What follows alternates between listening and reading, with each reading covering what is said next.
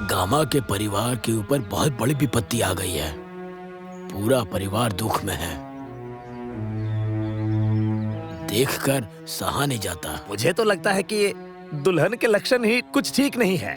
अरे भाई, ये तो कहने वाली बात है। जो लिखा है वो तो होगा ही। हमने सुना है कि डॉक्टर झूठा मूठा रोग बता के सिर्फ पैसे चूसते हैं और पेशेंट को फायदा भी नहीं होता।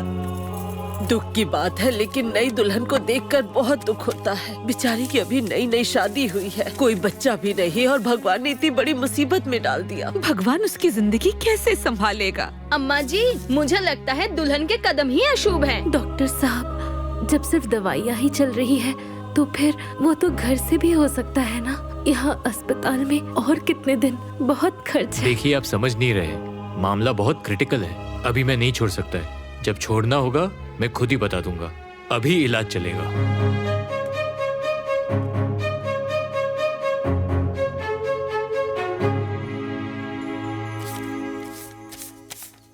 ये पैसे की बर्बादी बंद कीजिए और जाकर देवर जी को चुपचाप हॉस्पिटल से घर लाइए। अरे तुम्हारी दिमाग तो ठीक है ना? ये क्या अनाप शनाप बक रही हो तुम? पागल हो गई हो क्या? पागल मैं नहीं, आप हो गए हैं जो ये पैसे उड़ा रहे हैं हॉस्पिटल में। आपको याद नहीं हमारे भी बच्चे हैं, उनके भविष्य के बारे में भी सोचना है। मैं बांझ नहीं हूँ। भिखारी बना दीजिए, कटोरा थमा दीजिए हाथ में। अरे वो भाई है मेरा। चुप रहिए, अपने भाई की ही फिक्र कीजिए और हम माँ बेटे को जहर देकर छुटकारा पा लीजिए आप।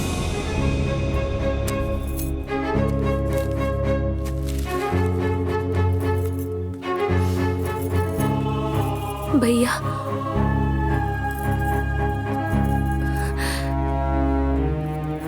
हम उन्हें घर पर ही लेकर आ जाते हैं।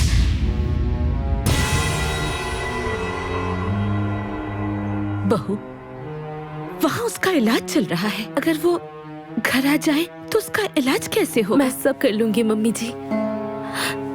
दवाई तो घर पर भी दे सकते हैं, जैसे वहाँ दिया जा रहा है। बाकी जो सेवा करने की जरूरत है वो मैं यहाँ ही कर लूंगी। वैसे भी उन्हें अस्पताल में रखने से सबका बहुत फालतू खर्च बढ़ रहा है। उन्हें घर पर लेकर ही आ जाते हैं।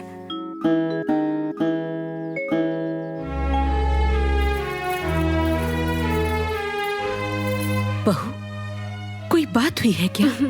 नहीं मम्मी या जी। फिर इन लोगों ने कुछ कहा है? नहीं। मैं समझ गई।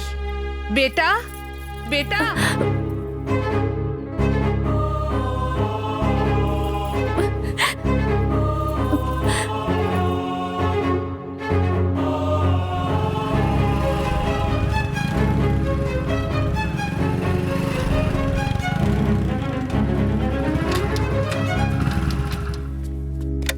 नमस्ते समधी जी। नमस्कार। खुश रहो बेटा। आइए बैठिए। नहीं जी, बैठना बिठाना तो होता ही रहेगा। हमको पहले दामाद जी को देखना है और अपनी बेटी से एक बार मिलना है बस। किसना? ले जाओ इन्हें। आओ बेटा। आइए चलिए। आओ बैठो। खुश रहो, बैठो।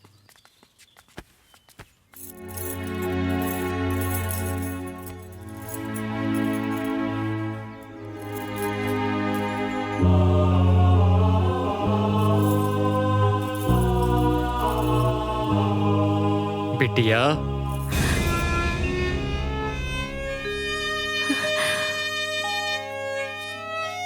पापा, प्रणाम पापा। खुश रहो बेटी। अब दामाद जी की तबीयत कैसी है?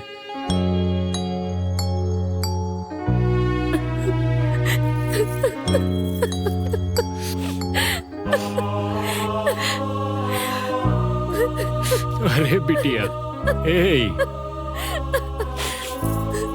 ऐसे दिल नहीं छोटा करते ना।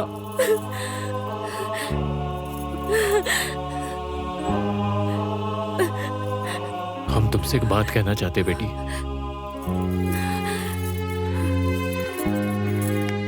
ए बेटा, एक बात कहूँ, बुरा तो नहीं मानोगी ना? ये क्या कह रहे हैं पापा? हाँ, मैं आपकी बेटी हूँ, आपकी बातों का बुरा क्यों मानूंगी? बेटा, डॉक्टर साहब के हिसाब से हमारे दामाद जी कभी ठीक नहीं होंगे और हमसे तुम्हारे दुख देखा नहीं जाता। हमारी एक बात मानिए, हमारे साथ चल बेटी।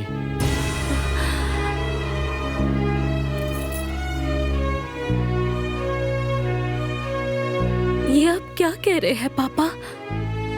हम ठीक कह रहे बेटी, जिंदगी बहुत लंबी है। मेरी बेटी इतनी लंबी जिंदगी अकेले कैसे बिताएगी? तुम हमारे साथ चलो, हम तुम्हारी दूसरी शादी करवा देंगे।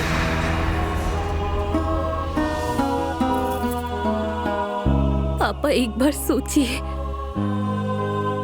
इनके साथ जो हुआ अगर मेरे साथ होता, और अगर वो मुझे छोड़ देते या मायके भेज देते, तब आपको कैसा लगता?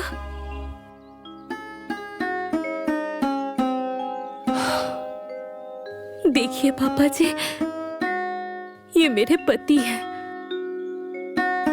सुख दुख में एक दूसरे का साथ निभाना ही धर्म है।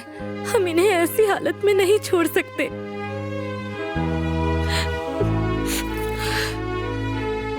किस्मत में चाहे जो कुछ लिखा हो, लेकिन हम इन्हें कभी नहीं छोड़ेंगे। हे बेटी, ये जिंदगी अकेली नहीं जी पाओगी तुम, और ना ही जज्बातों से काटी जा सकती है। कभी देखा है वक्त को ठहरते हुए? सच का बोझ बहुत भारी होता है, कभी नहीं। जिंदगी बहुत लंबी है बेटा, अब तुम्हारी उम्र ही क्या है? इसे काटना बहुत मुश्किल हो जाएगा बेटा। पापा जी वो कहते हैं ना, शादी के बाद बेटी पराई हो जाती है, तो आप भी मुझे पराई ही समझिए। बेटी, ये मेरा घर है, इस घर को छोड़कर मैं नहीं जाऊंगी। पापा, परिस्थिति चाहे कुछ भी हो, सिर्फ पति के साथ ही पत्नी को हर परिस्थिति से लड़ने की ताकत देता है। लेकिन बेटा पापा, मैं हाथ जोड़ रही हूँ, जब आप आई ही हैं, तो मुझे आशीर्वाद देकर जाइए। मुझे सलाह नहीं चाहिए। प्रणाम। देखो भीखू भाई, पैसों के लिए हमें ये जमीन तक बेचनी पड़ रही है। अगर हमें पता होता कि सुशील के इलाज के लिए इसकी जरूरत पड़ेगी, तो इस जमीन को बेचने की हम सोचते भी नहीं। देखिए, रेट कम नहीं कर सकते। ठीक है, मैं समझ गया। मैं अपने परिवार से बात करके सारे कागजात तैयार करके आपको खबर करता हूँ। लेकिन अब भी बात को पक्का समझिए, ठीक है? प्रणाम। प्रणाम। नमस्कार।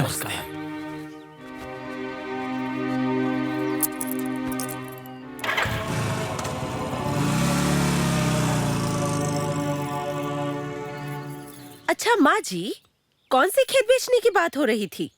वो बहू, सुशील के इलाज के लिए पैसे चाहिए, इसलिए सोच रहे हैं कि खेत बेचकर। अब खेत बिकेगा? बहू, और कोई रास्ता नहीं है। छुटके के जितने भी गहने थे वो सब बेच चुके हैं, और अब खेत बेचने के अलावा कोई और रास्ता नहीं बचा। मुझे ये सब नहीं पता। खेत नहीं बिकेगा तो नहीं बिकेगा। अरे आप लोग कोई दूसरा रास्ता निकालिए। मैं कह देती हूँ, उस खेत पर मेरा भी हिस्सा है। आज खेत बिकेगा, कल घर बिकेगा, फिर कुछ और। अरे मेरा भी बच्चा है, हम लोग दर दर भटक कर डफली नहीं बजाएंगे। खेत नहीं बिकेगा तो नहीं बिकेगा, कह दिया मैंने। बहू, मेरी बात तो सुन। बहू जरा रुक जा। नहीं बिकेगा तो नहीं बिकेगा, कह देती हूँ। हाथ जोड़ती हूँ मैं आप सभी से। रुकिए मम्मी जी। मम्मी जी, दीदी सही कह रही हैं। ये जमीन बेचने से समस्या खत्म नहीं होगी। जैसे मेरे सारे गहने बेचकर वो भी पैसे खत्म हो गए, उसी तरह खेत के भी पैसे खत्म हो जाएंगे। फिर क्या होगा? देखिए मम्मी जी, इस समस्या का कोई स्थायी उपाय ढूंढना होगा। बहू, और कौन सा दूसरा उपाय है बहू? नौकरी। नौकरी? नौकरी? हाँ मम्मी जी, नौकरी। अगर आप लोग इजाजत दे दे तो मैं कोई नौकरी कर लेती। अरे बहू, ये तुम क्या कह रही हो? तुम घर की बहू होके नौकरी करोगी? इस खानदान की कोई भी औरत आज तक घर से बाहर काम पर नहीं गई, और तुम नौकरी की बात कर रही हो। तुम नौकरी करोगी तो ये गांव वाले क्या कहेंगे? नहीं, नहीं बहू, नौकरी का ख्याल छोड़ दो। पापा जी, लोग क्या कहेंगे ये मत सोचिए। लोग कुछ ना कुछ तो कहेंगे ही, पर मुझे इस परिस्थिति में कोई मदद नहीं करेगा। और अभी हमें क्या करना है ये सोचिए पापा जी।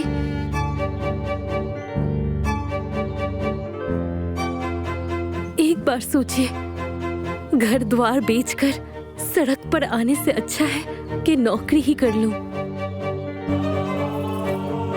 पापा जी, मुझे नौकरी करने की इजाजत दे दीजिए। लेकिन बहू, मैं अगर हाँ कह भी दूं तो तुम्हें नौकरी कहाँ मिलेगी? हाँ बहू, नौकरी कहाँ से मिलेगी? नौकरी आज के जमाने में नौकरी मिलना इतना आसान नहीं है। मम्मी जी, ग्राम विद्यालय में टीचर की वैकेंसी निकली है। अगर आप कहें तो मैं फॉर्म भर दूंगी, फिक्र मत कीजिए। मैं कहीं दूर नहीं जाऊंगी, मैं गांव के बच्चों को ही पढ़ाऊंगी। गांव में ही? जी। ये तो बहुत अच्छी बात है जी, ये गांव में ही पढ़ाएगी। ठीक है बहू। वाह वाह वाह, अब ये नौकरी करेगी। और जब मैं नौकरी करने की बात कहती थी तो आप लोगों को बहुत मिर्ची लगती थी। अब कहाँ गई आपकी मान मर्यादा, आपकी इज्जत? हाँ, और कान खोल कर सुन लीजिए, अगर ये नौकरी करेगी तो मैं भी नौकरी करूँगी। बड़ी बहू, समझा कर। मैं सब समझ रही हूँ माँ जी, मैं बेवकूफ नहीं हूँ। अगर ये नौकरी करेगी तो मैं भी नौकरी करूँगी, कह देती हूँ।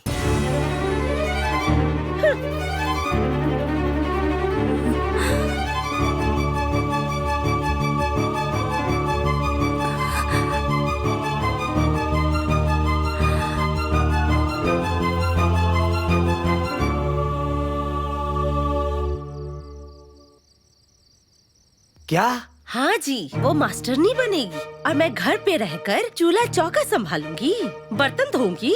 मैं भी पढ़ी लिखी हूँ, मैं भी पढ़ाऊंगी।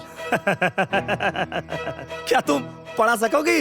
अरे मैंने दुनिया को पढ़ा दिया, तो इन छोटे गधों को पढ़ाने में क्या ही दिक्कत है? मेरी जैसी औरत मिली है जो पढ़ा पढ़ा कर आपको इंसान बना दिया, वरना आप तो पूरे के पूरे बैल बुद्धि थे। बात तो सही कह रही हो तुम हमको पढ़ा के कितना बुद्धिमान बना दिए। अरे मेरी बात तो समझने की कोशिश करो। अरे एक ही तो सीट खाली है और जब वो भर रही है तब उसे भरने दो। अरे नौकरी की जरूरत उसे ज्यादा है।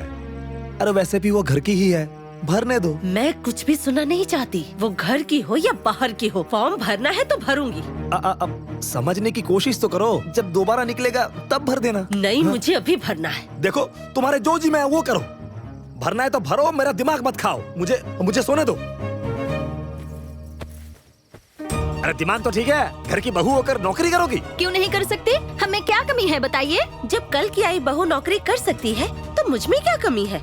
मैं भी पढ़ी लिखी हूँ, मैं भी भरूंगी। जब पूरे गांव के लोग फॉर्म भर रहे हैं तो मुझे भी भरने दीजिए, मैं भी पढ़ी लिखी हूँ। पढ़ाई लिखाई का ये मतलब नहीं होता कि सर पे बैठ के नाचे। तुम बीबी हो और बीबी बनकर रहो, समाज में इज्जत मत उछालो। अरे गांव वाले क्या कहेंगे? पूरे गांव की औरतें फॉर्म भर रही हैं, किस पर हंसेंगे और कौन क्या कहेगा? मैं भी भरूंगी, मैं भी भरूंगी, मैं भी भरूंगी, मैं भी फॉर्म भरूंगी। तो जाओ फॉर्म भरो। जाओ महारानी जाओ, जाके फॉर्म भरो। हाँ भरो जाके। हाँ हाँ भरूंगी। फॉर्म भर के तुम बहुत बड़ी कलेक्टर बन जाओ, डीएम बन जाओ और घर को भूल जाओ। जो जी में आए वो करो, फॉर्म भरो। तुम आई बड़ी फॉर्म भरने वाली। अरे आपका सजना संवरना हो गया हो तो चलिए। बस एक मिनट चलो। बहू कहाँ जा रही है? आपका टोकना जरूरी था क्या? जा रही हूँ शिक्षा मित्र वाला फार्म भरने। टोक दी। बहू देखो, छोटी बहू को इस नौकरी की ज्यादा जरूरत है, तो उसका फॉर्म भरवा दे। तुम लोगों को देखकर गांव की बाकी बहुएं भी जिद कर रही हैं। अरे उससे क्या हुआ? यहाँ हर कोई पढ़ा लिखा है, कोई भी फार्म भर सकता है। सभी यहाँ अपने मर्जी के मालिक हैं। अगर तू मान जाएगी तो सब मान जाएंगे। मम्मी जी जाने दीजिए, आप परेशान मत होइए। सबके पास अधिकार है, सब वो फॉर्म भर सकता है। जिसकी किस्मत में होगी उसे वो नौकरी मिल जाएगी। यहाँ किसकी कैसी किस्मत है ना, सब दिख रहा है। चलिए। अरे अरे अरे सुनो सुनो, अरे सुनो, इतनी हड़बड़ी क्यों कर रही हो?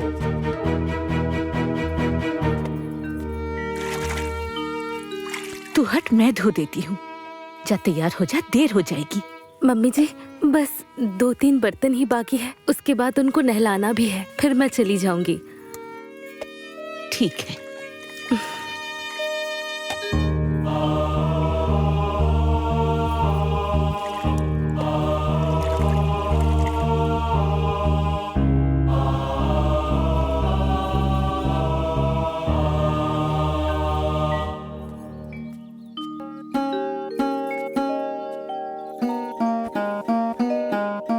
सुनिए, मैं अभी टीचर की वैकेंसी वाली फॉर्म भरने जा रही हूँ। आप प्रार्थना कीजिए कि मुझे वो नौकरी मिल जाए।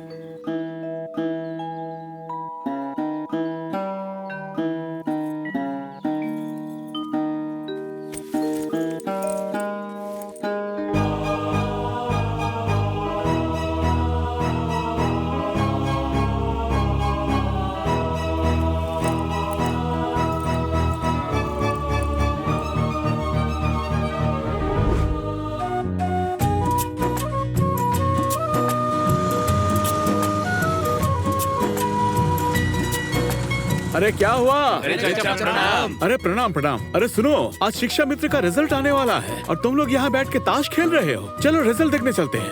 अरे चच्चा वही तो बात कर रहे थे। हाँ, एक ही तो सीट है और पूरा गांव भर रहा है। बोलिए किसका होगा? देखो किसकी किस्मत चमकती है। जिसकी भी चमकेगी, गांव की पहली नौकरी वाली औरत बनेगी। सही है, सही है। वो जो कोई भी होगी, गांव के इतिहास में उसका नाम लिखा जाएगा। हाँ सही कहा तुमने, सही कहा एकदम। पर ये रिजल्ट निकलेगा कहाँ? अरे बाबा चलो ना, वह प्राइमरी स्कूल के नोटिस बोर्ड पर लगेगा। आओ चलकर देखते हैं, देखें किसके सर पर सेहरा सजता है। हाँ चलो चलो चलो चलो।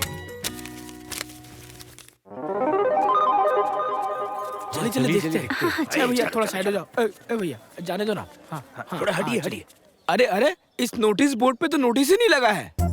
पता नहीं रिजल्ट आएगा भी या नहीं। अरे ये देखो, दरवाजा भी अंदर से बंद है। अरे भाई अब तो भगवान ही जाने, मुझे तो कुछ समझ में ही नहीं आ रहा है। अरे धैर्य रखो, अंदर लिस्ट बन रही होगी। लिस्ट बनने के बाद ही नोटिस बोर्ड पर लगेगी ना। अरे चाचा धीरज कैसे रखे, यहाँ तो मन उतावला हो रहा है। अरे इस गांव की मास्टराइन कौन बनेगी, यही सोचकर मन उतावला हो रहा है। थोड़ी देर में पता चल जाएगा किसकी किस्मत में ये नौकरी है और कौन बनेगी शिक्षा मित्र। और कौन बनेगी शिक्षा मित्र? हाँ। मैं ही बनूंगी। मैं सबसे ज्यादा पढ़ी लिखी हूँ।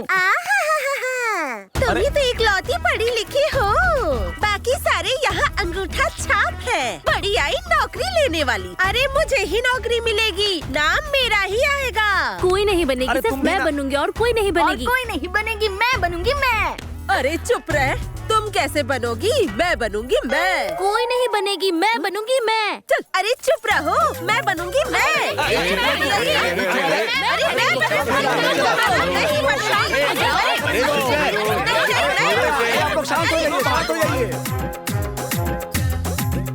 आप लोग को सूचित किया जाता है कि इस बार की शिक्षा मित्र की मेरिट लिस्ट सूचना पट पर नहीं चिपकाई जाएगी, कैसे हो सकता है? बल्कि कुछ समय बाद ही माइक से अनाउंस किया जाएगा। बस आधा घंटा में इस गांव की शिक्षा मित्र कौन होगी, ये नाम आपके सामने होगा। चलो घर चलो। हाँ चलो। तब तक आप लोग एक गाना सुनिए और आनंद लीजिए।